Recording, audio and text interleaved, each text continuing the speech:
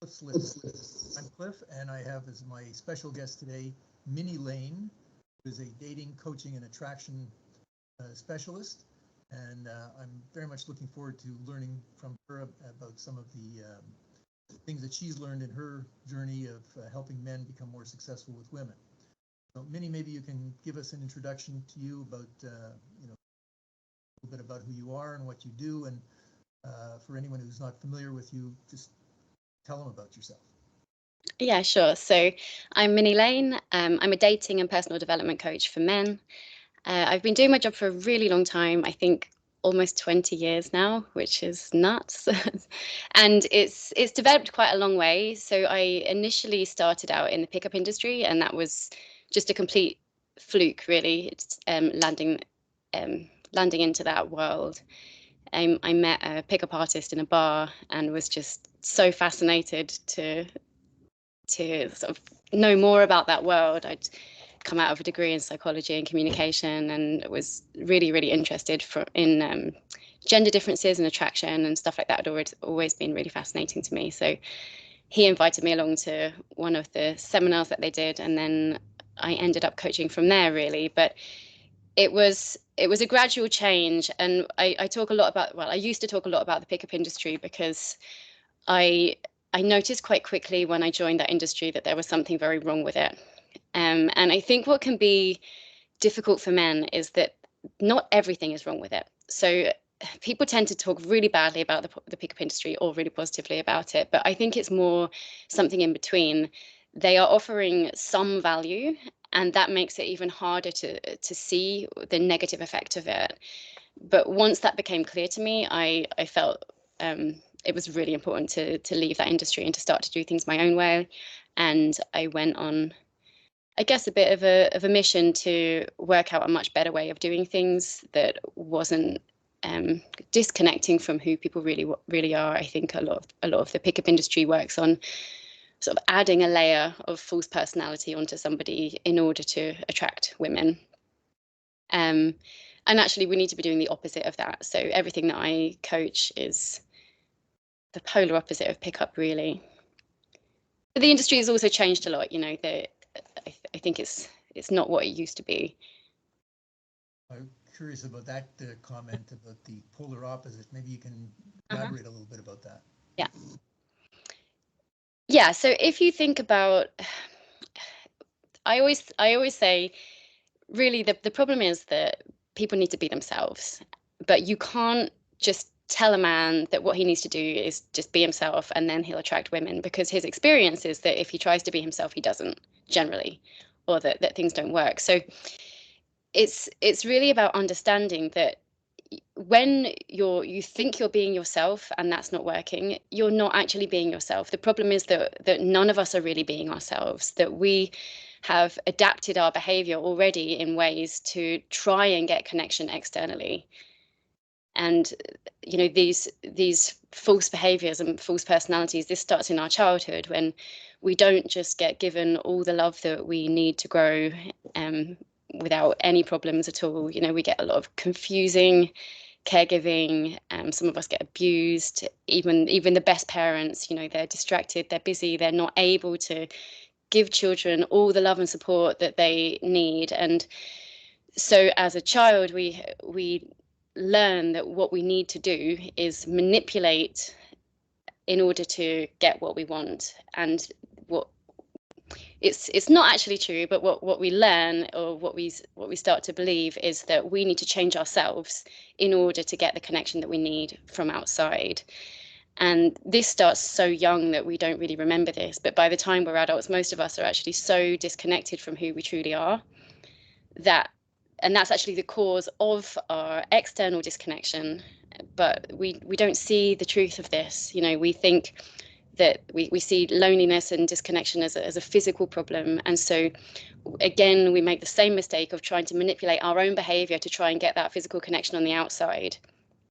And what we find is that you can do that. That's the whole pickup industry. That's change your behavior and you can get the physical connection externally. And the misleading thing for many people is that it works.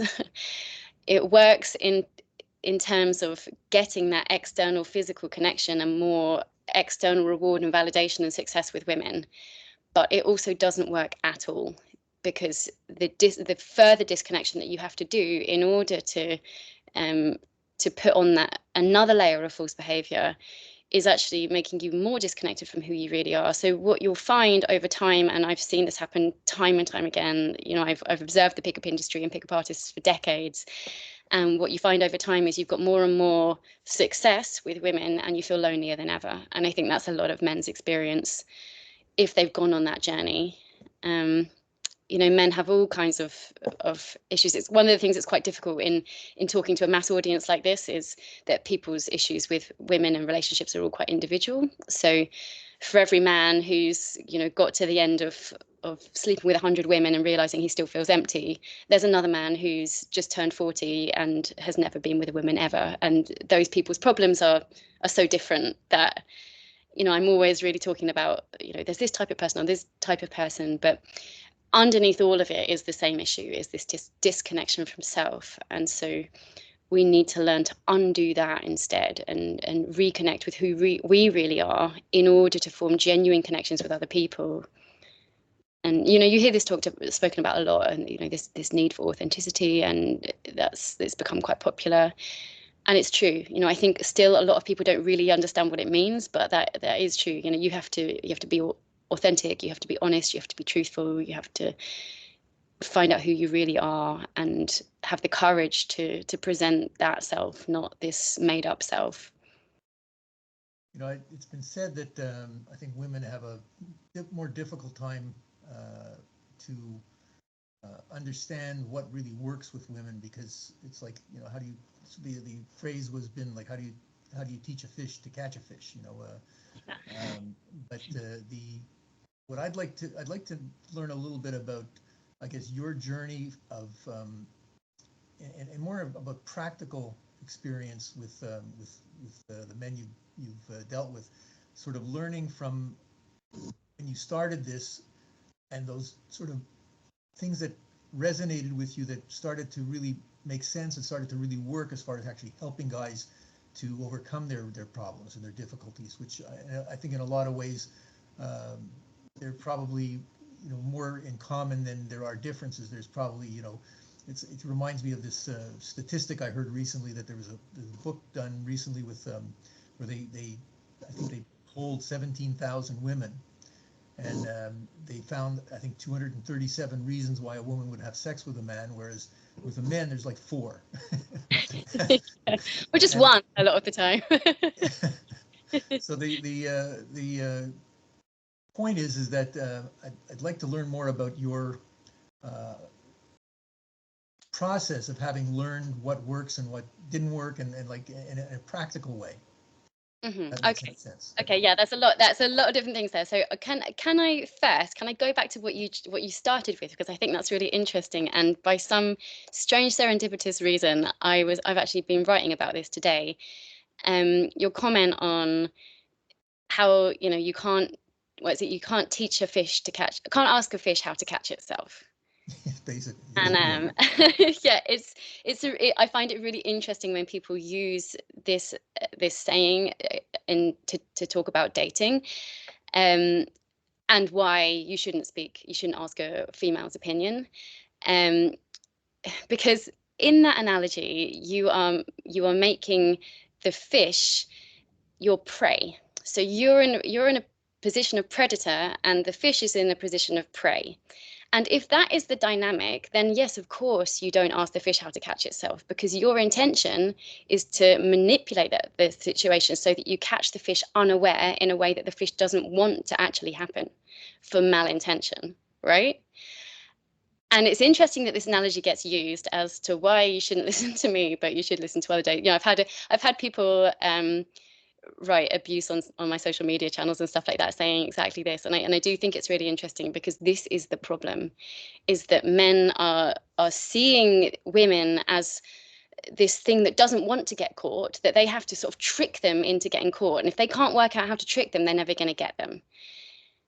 Now let's think about it another way. Maybe the woman does want to get caught. Maybe the woman wants to get caught. Maybe she's a good catch and she wants to be caught by somebody who's also a good catch. And maybe she's completely open to that. Now, that is my experience of all women that I've ever met. And that's certainly my experience of myself. Now, you can ask me how to catch me because I do want to get caught. I want to be caught by the most amazing man ever. And I can tell you how to do that. And I have been caught by men who I think are amazing. And I can tell you exactly why they caught me and how they caught me and what it was that I liked about them. So the analogy is really flawed, in my opinion. And I get why people say it, but you know, you need to look at that and realize that this is kind of the problem, is that men are not seeing themselves as something that women actually want. And that's their own insecurity speaking. That's them thinking, oh, no woman would ever want me. I'm not good enough for women. Women are up here, I'm down here. I need to trick her. I need to manipulate her. I need to ask other men how they've managed to do it.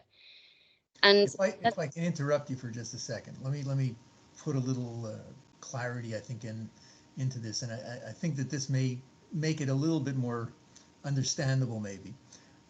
Yes, I totally understand where you're going with this, but I think at the same time, what men have experienced is that what women say they want and what they actually go for is often completely different.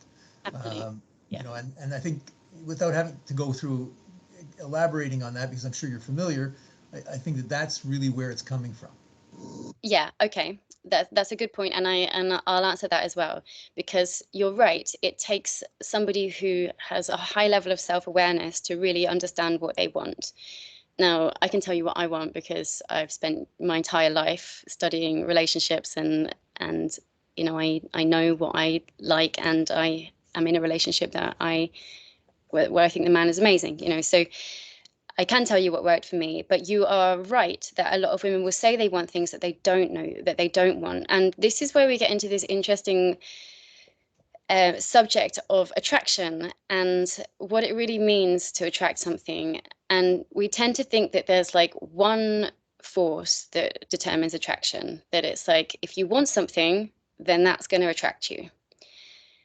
And we need to understand that there's another force, which I call false attraction, which is that when we don't want something, we try and get away from it. So if you do want something, you'll be attracted towards it. And if you don't want something, you will run away from it. Now, that is actually repulsion. But if you position yourself in the place that that person's running away, then it feels like attraction. It looks like attraction. It looks like they're coming towards you. And I say to men, sometimes men have asked me, you know, how can I make a woman chase me? And I'm like, well, you've got two options.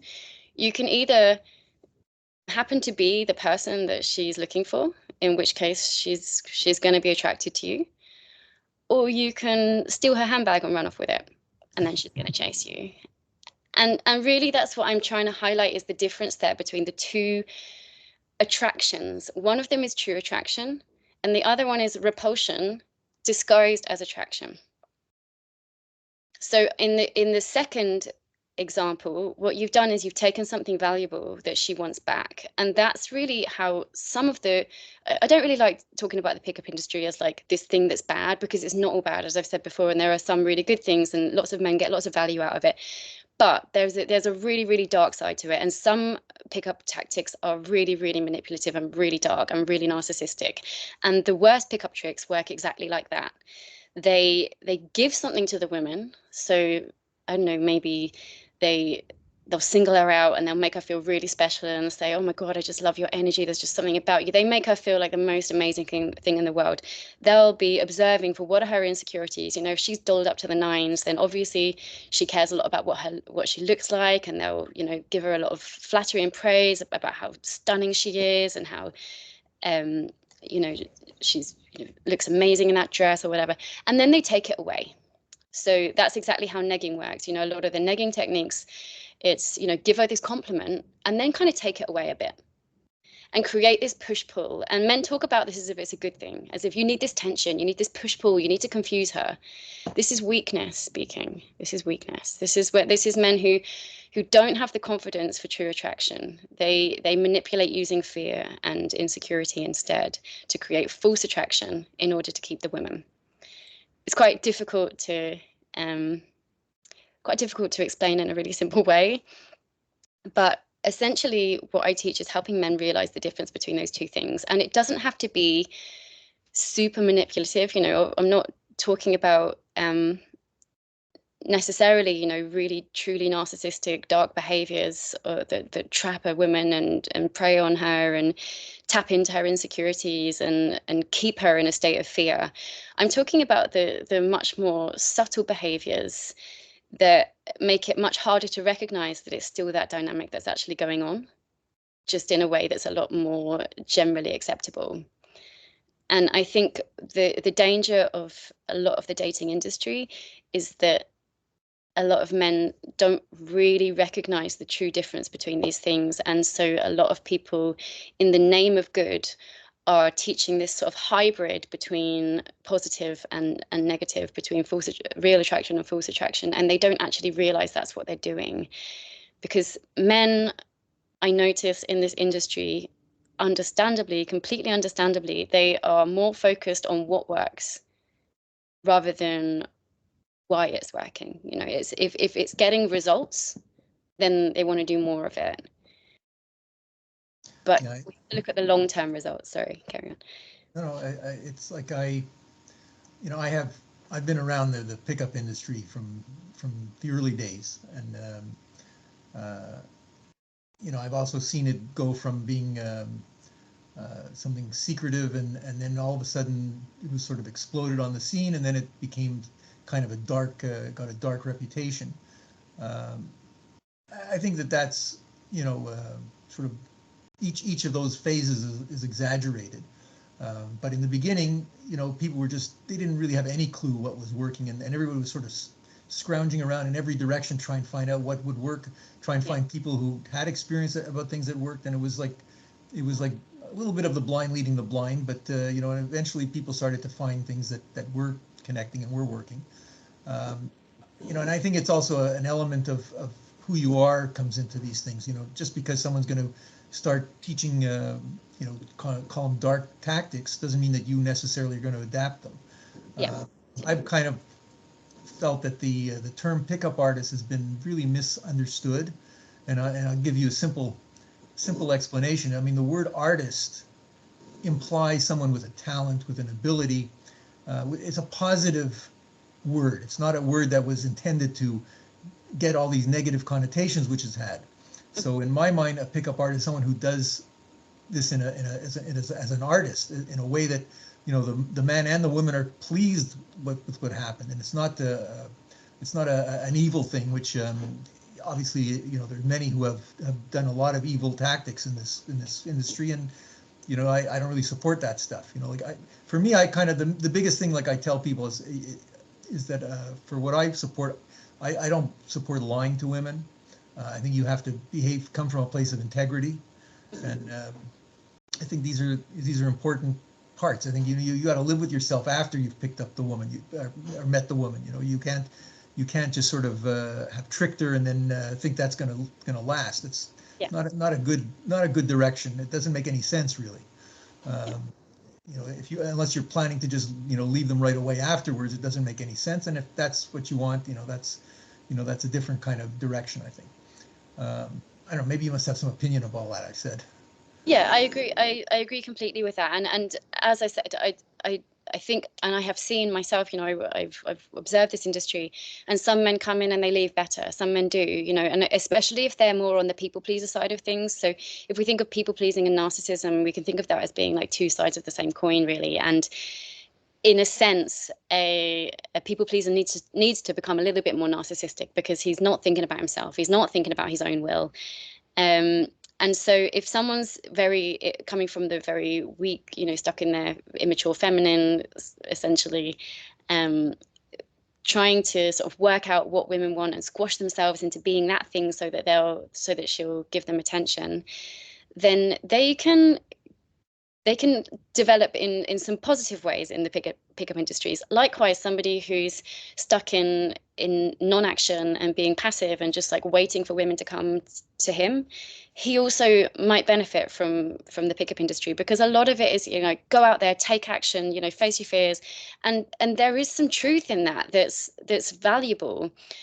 But the danger is that when you're dishing out this one size fits all advice, what happens is that what's really great advice for somebody, so say you've got a people pleaser and you say to them, just stop worrying about what women want, stop worrying about what other people think, and just got to go for what you want, then that's great advice, because that person does need to stop getting stuck in totally consumed and paralyzed by worrying what other people are thinking, and worrying about, you know, interrupting her day and what she's thinking and what she wants. They do need to drop some of that and take action and worry about that less.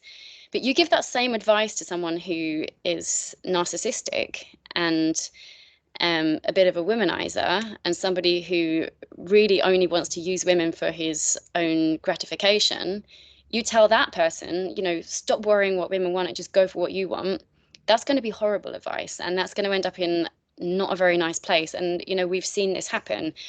We have to take it seriously. You know, there are currently people in jail for an incident of rape that happened during a coaching session. And whilst that is, thank God, like the absolute minority of people out there teaching this stuff, we still have to recognize that it does happen, and there's a reason that happens. And it's because people aren't noticing that this one size advice doesn't work for everybody. And so for one man that will sing the praises of the pickup industry because they've come in and they've learned to start taking action, they've found the courage to go and talk to a girl, they've never done that before, that's great. That person's going to have got so much out of it. But when we're talking about the industry as a whole, the problem is that it doesn't treat people like individuals in that way. It blankets, and it tries to turn everyone into this essentially more narcissistic way of being, and it pulls some people closer to who they really need to be, and it takes some people further away and can end up in a really, really dark place. What do you find is the most common sticking point or problem that the men that come to see you have, and what's been the most effective way you've treated that? So I would say some really common things are fear of rejection, fear of feeling incompetent in some way, of feeling like they're a failure of a man or not man enough in some way, and they, you know, that's hard to face, and that comes sort of hand in hand with rejection, is you know, the reasons why they think they're rejected, and that can be very hard for them. On the other side of the scale, fear of losing independence and getting trapped in relationships, which makes people fear intimacy and want to hold relationships at arm's length. So you can always think of things there's always going to be two sides of any imbalance of how somebody can be and what problems they're facing. But fear of rejection is a really, really common one. I'd say that's the thing that I most have to deal with. And what's been your most successful tactics to coach guys out of that?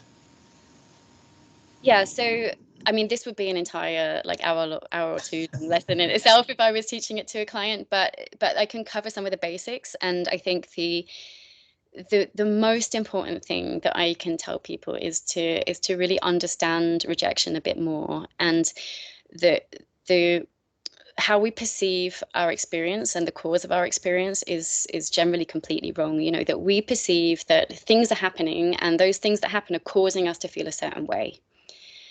And so if you went up to a girl and she rejected you, and that made you feel, oh my God, I'm a failure, I'll never get a girlfriend, I feel horrendous, I feel embarrassed, I feel ashamed, then your perception is going to be that her rejection made you feel those things, and that if it wasn't for her rejection, that you wouldn't. So you see her as the cause of those thoughts and feelings. Actually, what's happening is that she's a trigger, that you can think of any interaction with another person as essentially like a mirror to yourself. So what you've really experienced in her rejection is a reflection of the ways that you reject yourself. And once you truly understand that that is what's going on, that changes everything. Okay. Should I talk a little bit more about Yeah. explaining that? So say that you went over to a girl and you got rejected, but she didn't say why. And another man went over to the girl, also got rejected, but she also didn't say why. You're both going to walk away feeling different things and thinking different things. One of you is going to walk away thinking, oh my God, it's because I'm ugly, I'm not tall enough, you know, women think I'm an idiot, whatever. The other person's going to walk away saying, oh, like it's because of my communication, it's because I was probably invading her space, you know, she probably thinks I'm a weirdo. And because I've been a dating coach for so long, right, I've seen this happen so many times. I've had literally thousands of men come to me and tell me why they've just been rejected. Tell me what they're feeling, that she made them feel. Her rejection made them feel this thing. Now, if that was true, if it was her rejection that made them feel that thing, then every man would feel exactly the same thing. But that's not what happens. What happens is they all feel something completely different. And what they feel and what they think and what they experience is completely unique based on their own insecurities. So if you have limiting beliefs about yourself, you think that, you know, you're not good enough to get the kind of woman that you would like because you're too short, too ugly, and too stupid, then you will perceive every rejection as confirmation of those things. What do you coach men to do to avoid the rejection in the first place? So I don't teach men to avoid rejection. So you feel it's good for them to get that experience and not let it bother them? Is that the idea? I teach them to completely reframe the way that they think about rejection so that the experience of rejection isn't a failure. So you basically teach them how to deal with it rather than to, I guess, have a more successful approach when they go up to try and avoid the rejection, or you know, or to, you know, like for example, are you being rejected when a woman says she has a boyfriend? Now, sometimes she does and sometimes she doesn't, but you know, that's not necessarily a rejection if it's the truth. You know, she's just not available. So, you know, in my mind, it'd be a good idea to try and approach her in a manner which gives you the highest potential for success. Right, yeah, see, I understand what you're saying. Yes, so I would say I don't teach. Oh, I think I've lost the connection. Can you still hear me? You're here, no problem. So I don't teach men to avoid rejection flat out, but I do coach them to try and optimize, of course, their chances of success, but also to measure success in a different way, to be honest. So I don't know if I've got time to really go into that right now, but of course there are things that you can do to optimize it being a good connection and a true and a genuine connection. You can't do anything about whether someone's got a boyfriend, and you also can't do anything about whether they're going to use that as an excuse if they don't have a boyfriend. I don't, you know, some men will say, oh, you know, she's got a boyfriend, you know, try and get around it this way or try and keep it in this way. But essentially it's like what she's communicating to you there is that she doesn't want to have an interaction with you. She doesn't want to continue that interaction. And I teach men to respect that actually one thing they really need to do, as in general, as a gender, is not try and enforce themselves on women's boundaries. But if a woman is expressing a boundary, whether that's verbally or whether that's made clear in body language or another way, to respect that boundary. Now, that doesn't mean that you can't then go and approach another woman. I'm not saying that we should just, you know, some people take that too far, in my opinion, and they say, oh, you know, you should respect a woman's boundaries, never approach her in a public place, you know, that's not respectful. And that's also not true. You know, that will be one woman's boundary. One woman will have a boundary where she doesn't want to be approached by any man ever in a public place ever. that's fine. She can have that boundary. I don't have that boundary. I have a boundary where anyone can approach me at any time, and that's completely fine. But I do have a boundary on whether or not I am given a choice in that interaction. And if I express a boundary that says, actually, right now, I don't want to interact, then I want that to be respected. And if, as a gender, more trust could be built by men, that women's boundaries will be respected, then actually a lot more women wouldn't mind being approached. When I see women dismiss men, it's often not because an interaction has started and then they've changed their mind and rejected them. It's because they are afraid of what will happen in the first place if they allow somebody in. You know, if somebody's, and I experienced that myself, you know, if I'm walking down the street and I've got like maybe 5 minutes to spare and someone approaches me, if I'm not sure if they're going to respect me, the fact that I've got 5 minutes, I'm not going to talk to them. I'm not going to open up that conversation. That's why if I'm walking down the street and someone with a charity T-shirt comes up to me and I've got 5 minutes, there's no way I'm entertaining even for a second, even making eye contact with that person, because I know how well trained they are to try and trap you into giving them more of your time without you actually consenting to that. And it's the same with being approached by a man. You know, I want it to be consensual. And if he's trying to manipulate my boundaries in order to spend more time with me or get more attention from me, that I've got no time for that. And that's fine for me because I'm very good at expressing my boundaries, but a lot of women aren't. A lot of women aren't very good at being assertive with their boundaries or speaking up or enforcing a boundary. And so if a woman feels more like that, sometimes she'll cut an interaction short at the beginning or won't even allow an interaction to develop in the first place because she's afraid of being trapped and not having the strength to assert her boundary in a way that's going to be respected. Now, I think this needs to be tackled from both sides. I'm not somebody that's just like, oh, it's all up to men to work out where women's boundaries are and that they should never even approach a woman. I think that's bullshit, to be honest. I think that this is something that needs to come from both sides. Women need to learn how to speak up and understand their boundaries and tell and communicate where their boundaries are. But also on the other side, men need to be listening and they need to respect that and not be trying to worm their way in despite someone expressing a boundary. Does that make sense? Yes. I guess my impression is that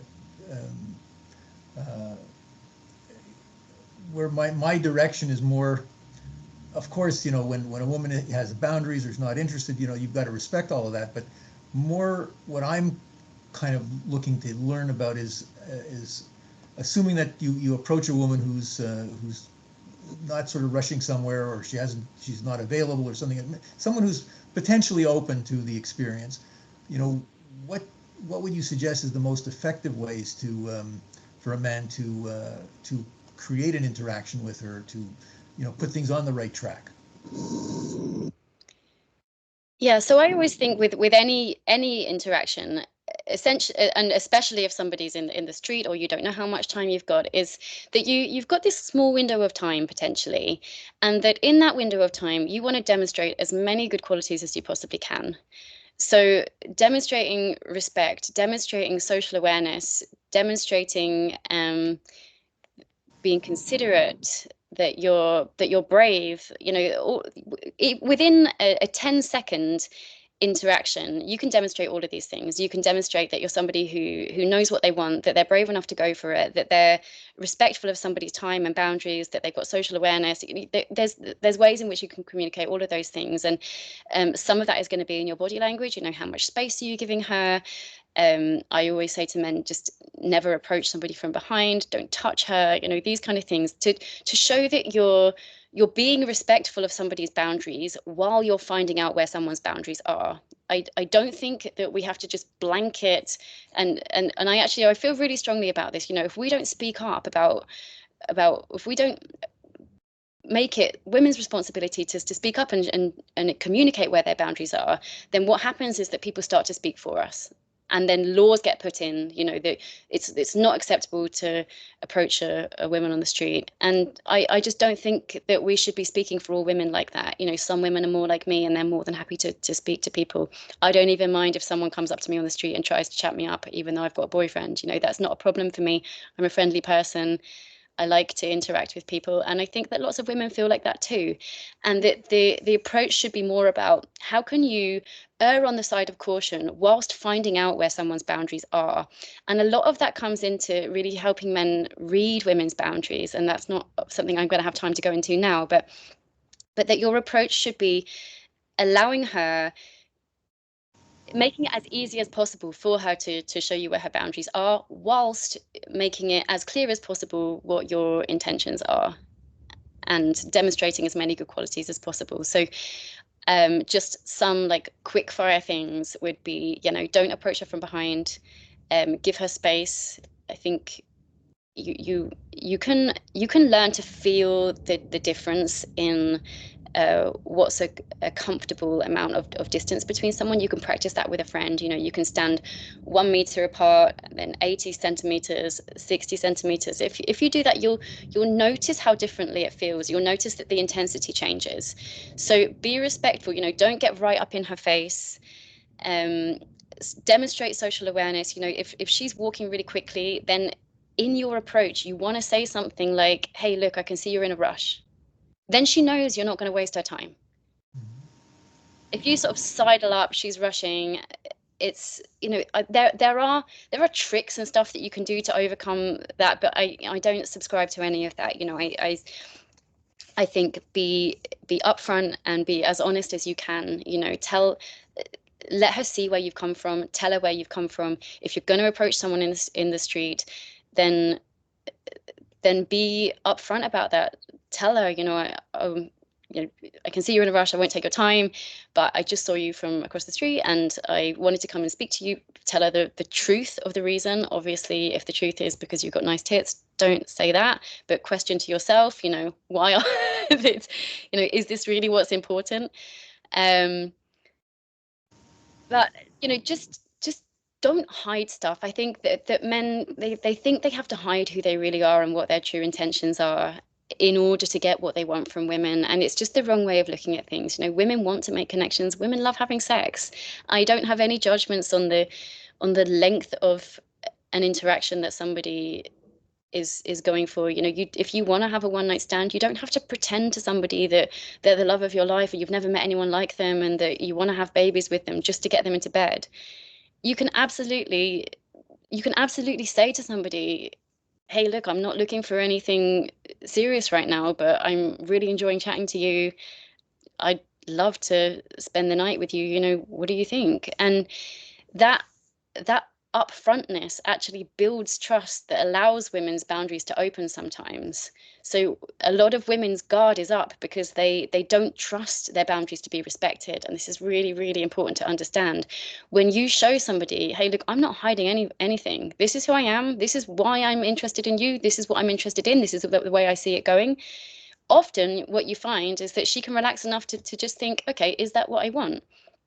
And I know from my own experience that, you know, in general, I'm not really interested in casual relationships at all, but I have had casual relationships, and those casual relationships have been with people who were upfront about that, and it happened to be at a time in my life where I was open to that, and those relationships were loving, nourishing relationships, even if, you know, whether they lasted a week or a month. You know, that I still look back fondly on those people, and I'm sure they look back fondly on me, because we weren't using each other, we weren't manipulating each other, we weren't tricking each other into staying with each other for that month, you know, under the false pretense of something else happening. It was just upfront. It's like, hey, where are you in your life? Where am I in my life? Are we in alignment? Great. If not, move on.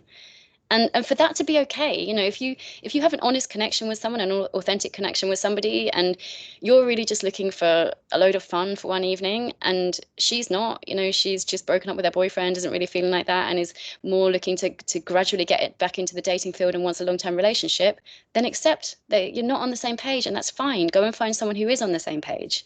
There are women out there who just think, do you know what I really want right now? I just want great fun and great connection for probably just one night, you know?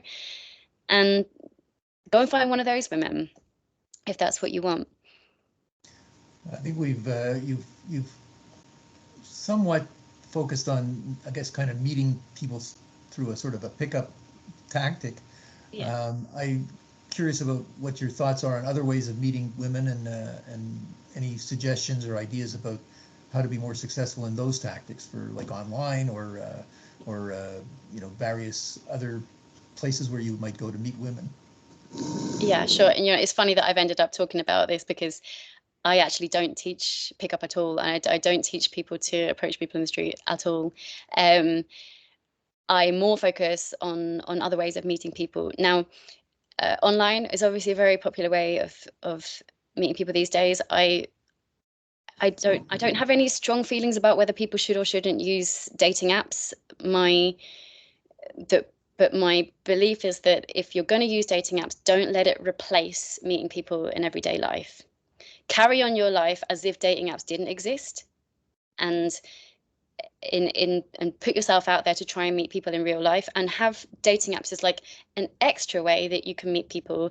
That means that, it's possible you'll meet someone while you're on the toilet, that it's like in addition to your life, not like, oh, I don't go out and meet people or do anything anymore, all I do is sit at home swiping. The I mean, I could do an entire podcast on how to make a good dating profile. But again, honesty, just be really upfront about what it is that you're looking for. Try and give someone some insight into who you really are. Make sure that your photos are in alignment with who you really are and the kind of relationship and lifestyle that you're looking for. A lot of men make the mistake of and a lot of women do this too, to be honest, but they try and find the picture where they look the most good looking or something like that. And of course you want ones that are showing you physically at your best, but if where you are in life is that you're trying to give up alcohol, and then all your good photos are of you at a wedding and you're holding a pint, then a picture says 1,000 words. It doesn't matter if on your profile it says I don't drink. If you're holding a drink in every single picture, then she's going to think that you're a big drinker. We see things in photos that override what we were being told. So I tell people to try and demonstrate your lifestyle and what you're looking for in a relationship in all of your photos. If family is important to you, then have a photo with family. If socializing is really important to you and you want somebody that's going to come and be a part of your friends, then make sure that there's a photo that shows you with a sort of typical group of your friends. Make sure that your main profile picture is just you, and ideally shows your face clearly. A lot of men make that mistake of a group photo, or they've got sunglasses on, or it's quite far away, or they're skiing and they've got some, that's not a good profile picture. What else? In terms of actually like making a connection, try not to fall into the very tempting trap of wanting women to make the first move. Obviously, like apps like Bumble are completely set up to allow men to be passive. And I understand, like I really am on men's side. Like I spend all my life helping men, like working with men. Like I see their struggles, I live their struggles with them. Like I care so much about helping men. I'm on their side. Well, what was I going to say? I lost my train of thought. Sorry. Oh yeah, sorry. And I understand why men are just so frustrated with dating, and it's just like, why am I having to keep putting myself out there? Why am I paying for dates? Why am I just plugging away, plug away, and I'm getting nothing back? I get that so hard. Somebody wrote to me on a dating app once when I used dating apps in one period of my life, and it was somebody that I'd matched with, and he'd sent me a message and I hadn't replied. And then he sent me another message saying, hey, look, you're a dating coach. What am I doing wrong? And he said, I must have messaged 100 women this week and I've got no response from any of them. Tell me what I'm doing wrong. And I looked at his profile and I couldn't see anything on his profile that was wrong. You know, obviously I'd matched with him, so I obviously thought he's attractive enough and whatever. But that was what he was doing wrong. I've messaged 100 women this week, and none of them have replied. Why are you messaging 100 women? Like that, there's what I will have picked up in his energy that that's what happened. And if you're messaging 100 women, then probably what you're doing is pretty much copying and pasting that same message to everybody, hoping that it sticks. And you're going for a sort of blanket safety in number approach. You know, if I message 100 women, then one of them will stick. Right? No one wants to be that woman. I certainly don't. I don't want to be the woman that's going out with somebody because the other 99 women wouldn't. And that's in his energy, right? So I've picked up on that. It's probably why I didn't reply, because I sensed somewhere in the message, this isn't an individual message. You know, this is a blanket message that's trying to catch anybody. I don't want somebody that's trying to catch anyone. I want someone that's looking for me. I want someone that's going to choose me out of all the women. You know, that's what women want to feel. It's what men want to feel too. We don't want to be settled for. We want to be selected and chosen. And so if you want that energy, don't pretend that you're selecting and choosing somebody. Actually select and choose somebody. And I'll say to my clients, you know, you don't send any woman a message unless you know why it is that you're sending her a message. And that reason can't be, oh, because we matched, because she's a woman that I think I might stand a chance with and I'll take anything. Like, don't let that be your reason. Know why it is. Know what it is about her that's attracted you, what's piqued your interest.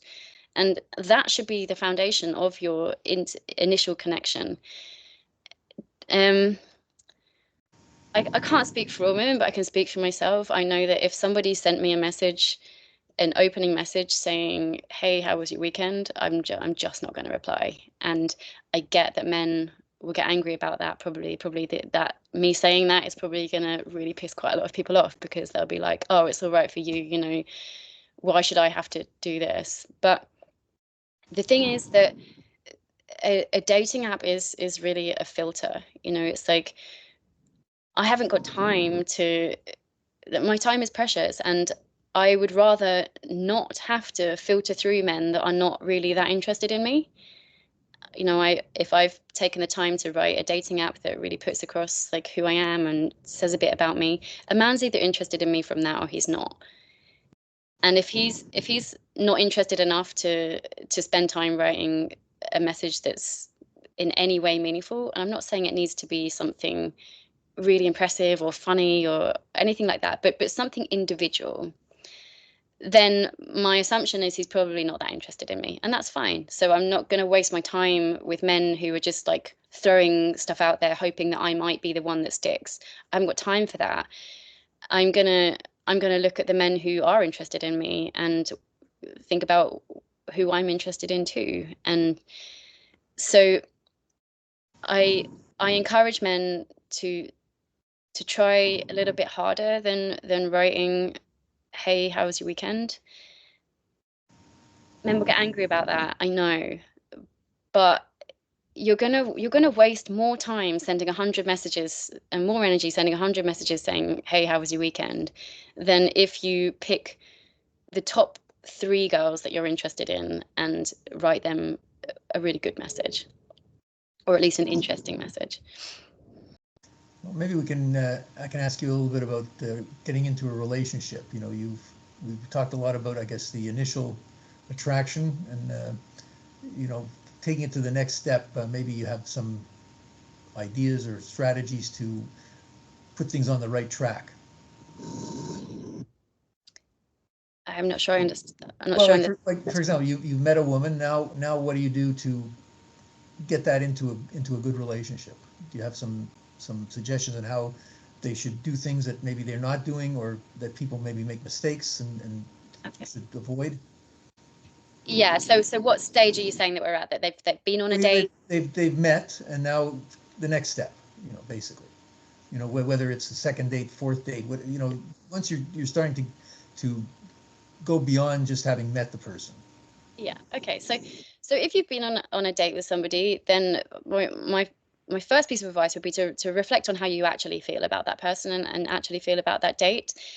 if you're interested in seeing that person again, don't be afraid to tell her that, you know, that I like personally, what I think is really nice after a nice date is if someone messages me to tell me how much they enjoyed the date.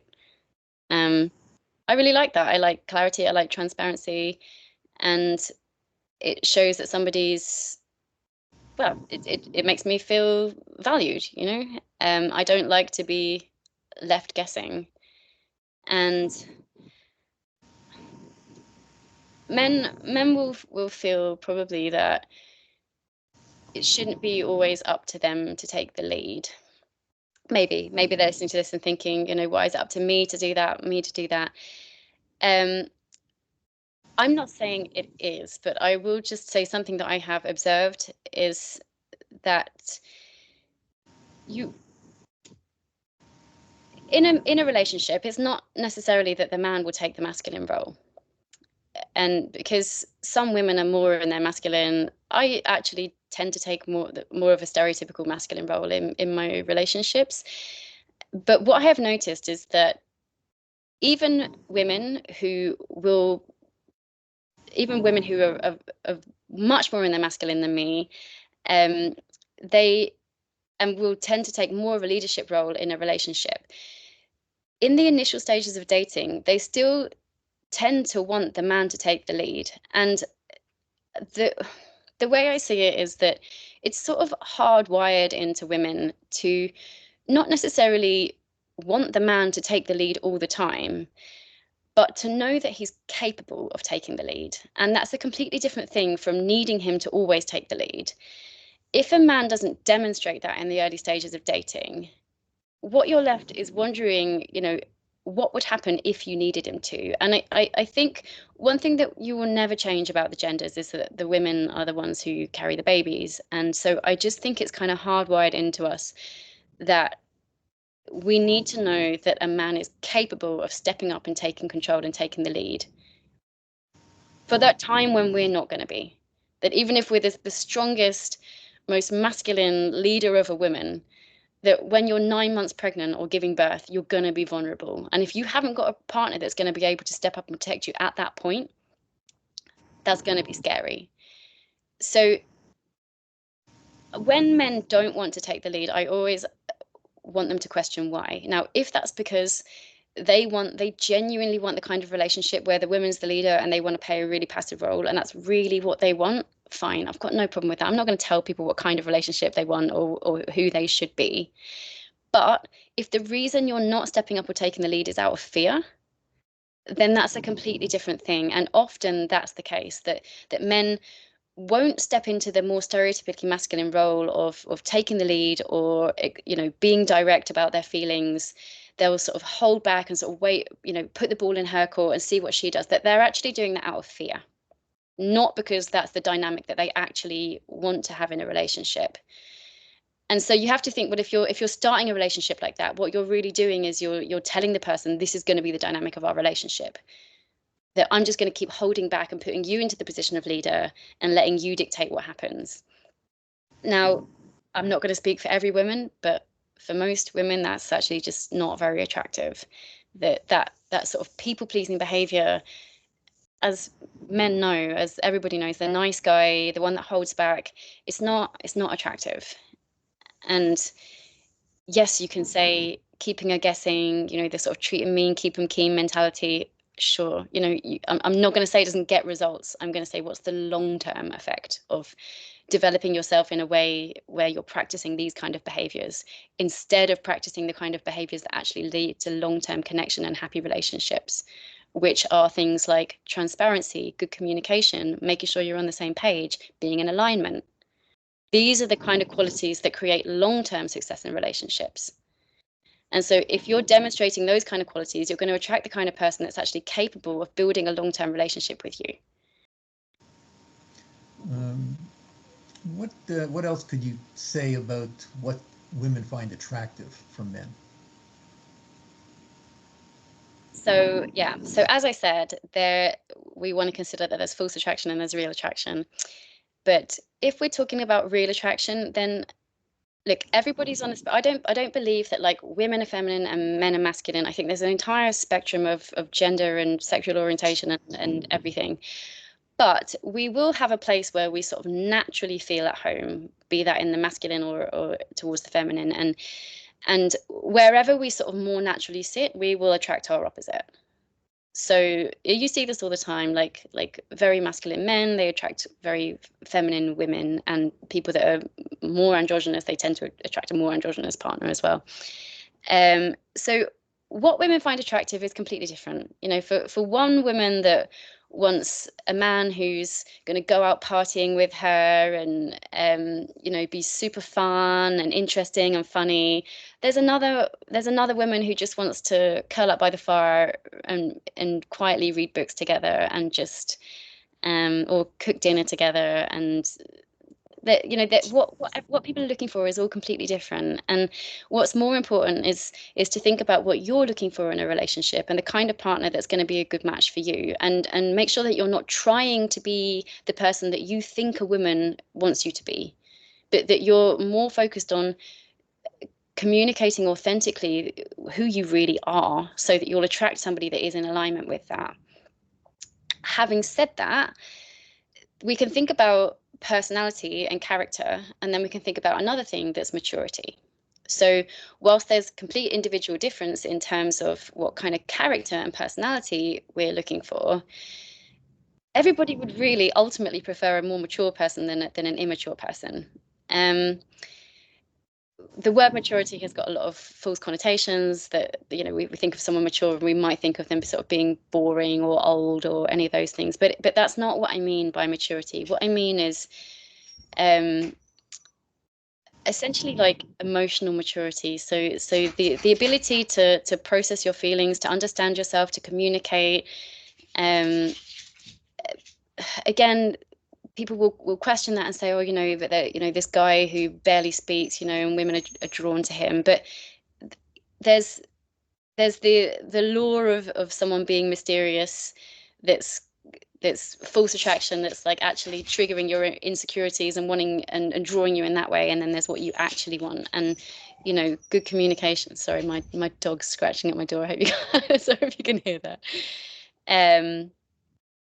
Yeah, we want the same thing that men want. You know, we want a partner that's kind, that's considerate, that's going to put us first, that's going to prioritize the relationship, that's going to listen to us, that's going to care about our feelings, that's going to allow us to express ourselves authentically, that's going to be there through thick and thin. That, you know, aren't these the qualities that everybody wants in a partner? I don't think it's as gendered as we perceive. I think there are certain qualities that lead to developing strong relationships, strong growth orientated relationships, and those kind of qualities are all those all those things that I'm mentioning. I was finding it hard to reel them. You know, being courageous, knowing who you are, knowing what you want, but also listening to what the other person wants and paying attention to who they are, and then developing the skills to be able to like negotiate a joint will. That's like super important. That's one of the most important things in a relationship, is to be able to get on the same page as that person and have this like joint future dream that you're both working towards, and you're supporting each other, not supporting each other in your own endeavors, but also supporting each other in a joint endeavor. And these are practical skills that can be learned, and that's a lot of what the coaching that I do is helping men actually develop these skills. I think men can be behind in developing skills that actually lead to true connection, because they tend to have smaller social networks. They don't tend to ask for help. They tend to think that they should solve their own problems internally, whereas women are much more likely to reach out for help, share ideas, connect, share their feelings, express themselves. So women are sort of socialized to learn these connection building skills more than men, as a general rule of thumb. So I think, you know, we're actually kind of in a crisis of masculinity at the moment, where men are kind of behind, and they need to learn these skills too.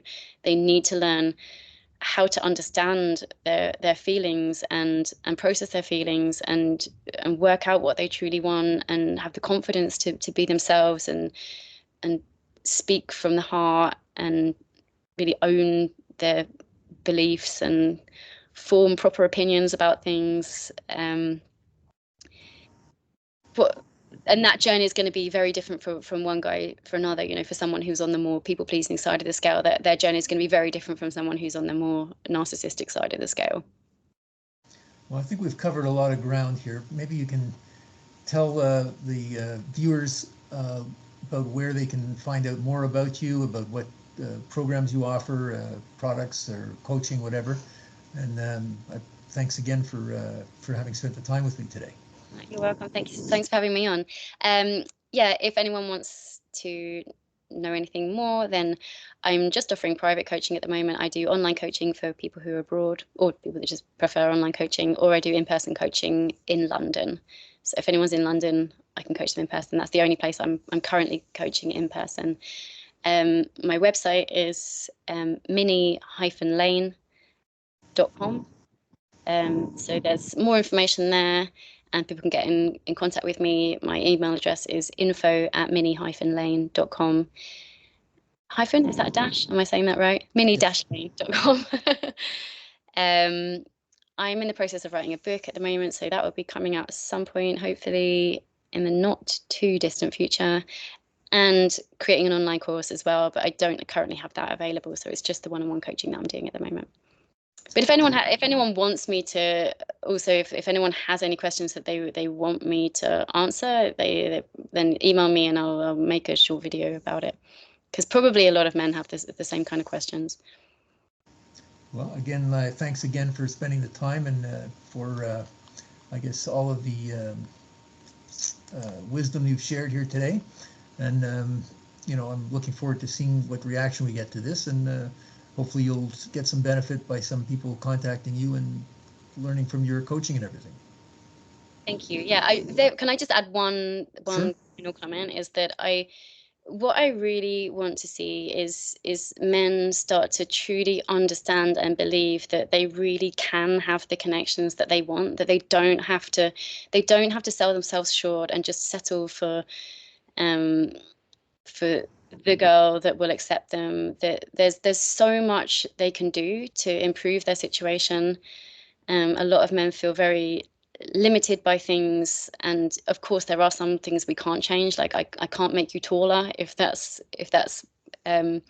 what you feel is holding you back, but I can help you completely reframe how you're dealing with that belief, and that there's nobody that's a no-hoper. I have had so many clients that are, you know, in their 30s, 40s, even 50s sometimes, whose experience with women is nothing. And that, if that's your situation, that's fine, and it's very common, way more common than people realize, and it's nothing to be ashamed of, and it's never too late to start. So there's always something you can do to, whatever your situation is, there's always something you can do to improve it. Don't lose hope. Very good. Well, I'm going to say goodbye and thanks very much again. And, you know, perhaps we'll do this again another time. Thanks a lot. Thanks so much for having me on. Take care. Bye. Bye.